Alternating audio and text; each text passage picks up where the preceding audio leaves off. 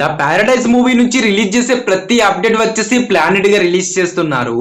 అలానే Paradise movie నుంచి ఇంకో పోస్టర్ అయితే రిలీజ్ చేశారు. దీంట్లో నాని గారు వచ్చేసి జడలు పెట్టుకుని ముక్కుకి ముక్కెర పెట్టుకుని ఒక విలేజ్ యాంగిల్ లో మాస్ లుక్ లో కనిపించుతున్నారు. ఇక ఈ పోస్టర్ లో మూవీ మేకర్స్ అయితే చాలానే డీటెయిల్స్ ని దాచిపెట్టారు.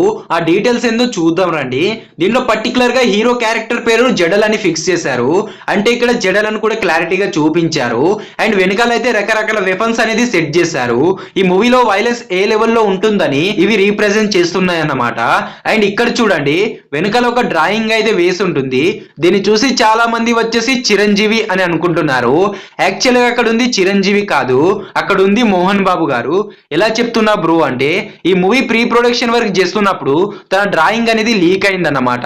ఇక మోహన్ బాబు గారు ఈ మూవీలో ఓల్డ్ సిటీకి ముస్లిం డాన్ లాగా యాక్టింగ్ చేయబోతున్నారు. అండ్ దీంట్లో రిపీటెడ్ గా బ్లేడ్స్ అయితే పెట్టడం జరిగింది. బ్లేడ్సే కాకుండా గన్స్ ని కూడా రిపీటెడ్ గా యాడ్ చేశారు. అంటే ఈ గన్స్ అండ్ బ్లేడ్ వచ్చేసి తన రిపీటెడ్ వెపన్స్ అయి ఉంటాయని నా అనుమానం. ఇక్కడైతే పర్టికులర్ గా 1952 ఏప్రిల్ 27 అండ్ 6.2 అనే టైం తో సహా పర్టికులర్ గా మెన్షన్ చేశారు. అంటే ఈ రోజు ఏదో ప్రత్యేకమైన రోజు అయి ఉంటుంది. అండ్ దీంట్లో ఏప్రిల్ 27 వచ్చేసి ఇంటర్నేషనల్ క్రౌడ్ డే అన్నమాట. ఇప్పటి వరకు మూవీ టీం రిలీజ్ చేసిన ప్రతి అప్డేట్ లో అయితే ఈ క్రౌడ్స్ అనేటివి చూపించడం జరిగింది. అంటే ఈ కాకులతో అండ్ మన హీరోకి ఏదో సంబంధం ఉంటుంది. అండ్ క్లారిటీగా ఇక్కడ మూవీ మొత్తం కాకుల చుట్టే తిరుగుతుందని రివీల్ చేశారు.